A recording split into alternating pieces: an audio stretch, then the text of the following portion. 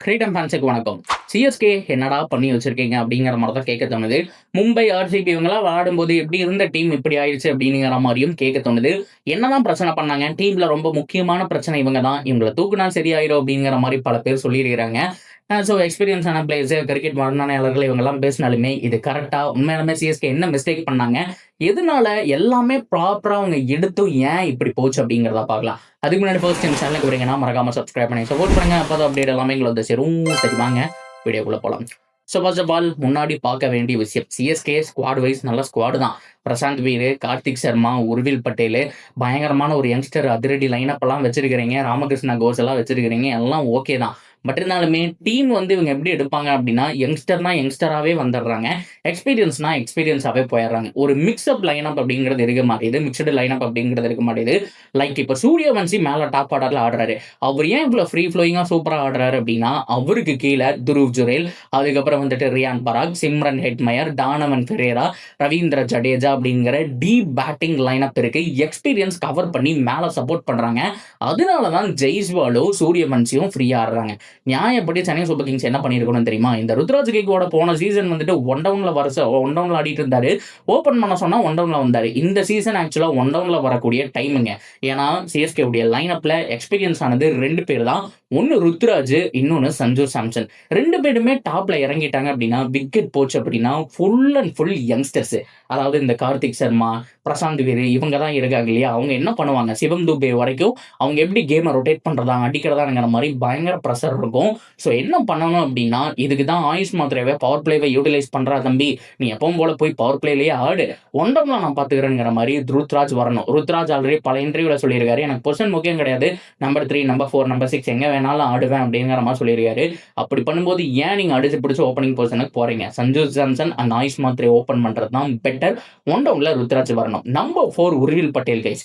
உர்வில் பட்டேலை ஏன் ஸ்குவாட்ல எடுக்கல? பல பேருடைய கேள்விக்குறின்னு சொல்லலாம். ஒரு லக்கி சாம். அவர் வந்ததுக்கு அப்புறம் தான் டீம் வின் பண்ண ஆரம்பிச்சாங்க. போன சீசன் தடால் புடால்னு குயிக்கா ஒரு 30-40 அடிச்சாரு. இந்த சீசன் இவ்வளவு நெட் பிளேயர்ஸ் எல்லாம் இருக்காங்க இல்லையா, இவங்க எல்லாத்துலயுமே பெஸ்ட் டச்சில் இருக்கிறது உர்வில் தான்ங்கிற மாதிரி ஹனி ப்ரோ நிறைய பேர் கிட்ட போய் இன்டர்வியூ எடுத்து சொல்லியிருந்தாங்க. அப்படி டச்சில் இந்த பிளேயர் இன்னைக்கு காம்பினேஷன் காரணமா, மேத்யூ ஷாட் உள்ள வந்ததுக்கு காரணமா அவரால் ஆட முடியல. நியாயப்படி அவர் தான் ஆட ஆரம்பிச்சிருக்கணும். நீங்க மேத்யூ ஷாட் எதுக்கு எடுத்தீங்க? ஸ்பின்னர்னு சொல்லி எடுத்தீங்க. ஓவர் கொடுத்தீங்களா? 8 ஓவர் 9 ஓவர் வரைக்கும் அவர் வரவே இல்லைங்க. நியாயப்படி எங்க வந்திருக்கணும் அப்படின்னா, அவரெல்லாம் பிபிஎல் பவர் பிளேல போடுவாரு. 3 ஓவர், 3வது ஓவர், 4வது ஓவர்னு சொல்லிட்டு அவ்வளவு சூப்பரா 2 லெஃப்ட் ஹேண்டர்ஸ் இருக்கிறாங்க, கொண்டு வந்து தூக்கி இருக்கலாம்.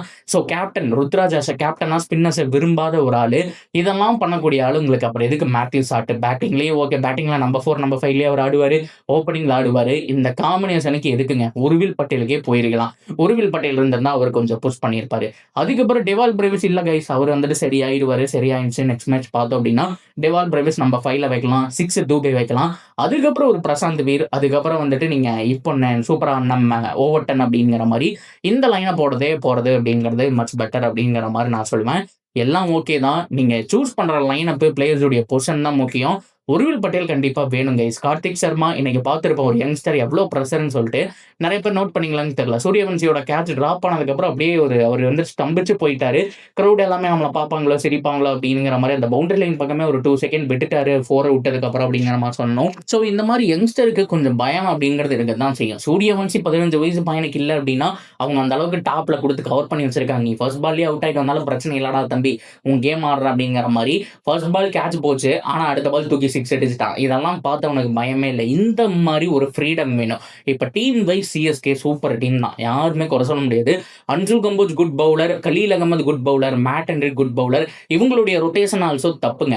போன தடவை அன்சுல் கம்போஜ், கலீல் அகமது தான் சூப்பராக போட்டிருந்தாங்க. கலீலோட முதல் 2 ஓவர் பார்த்துருந்தீங்கன்னா தெரிஞ்சிருக்கும் என்ன ஸ்விங்கு எங்கிருந்து எடுத்துட்டு வராரு.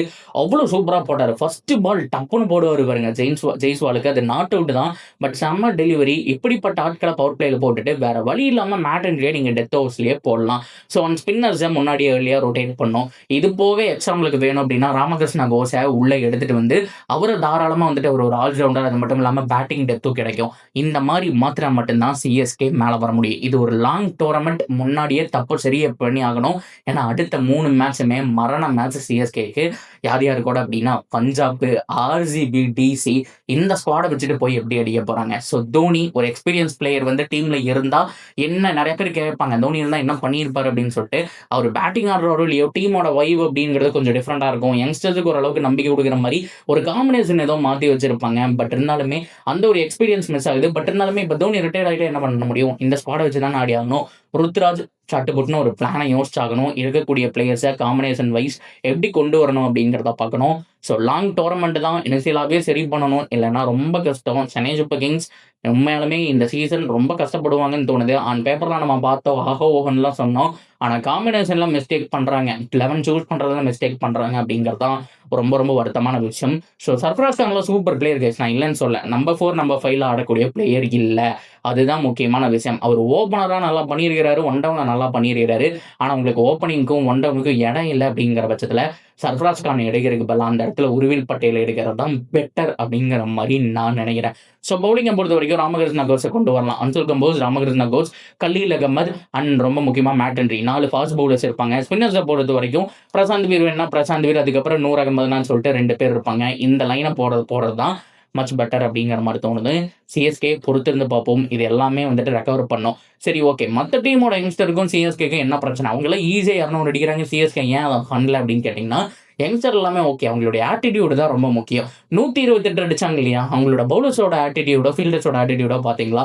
அவ்வளோ ஒரு ஃபோர்ஸாவோ, நல்லா அக்ரெசிவாவோ, ஸோ ஃபைட் பண்ணணும் அப்படிங்கிற மாரியே க்ளோஸான விஷயத்தினால வந்துட்டு அவங்க அவ்வளோ செயல்படல. அவங்க வந்துட்டு டிஃபீட் ஆல்ரெடி அக்செப்ட் பண்ணிட்டாங்க.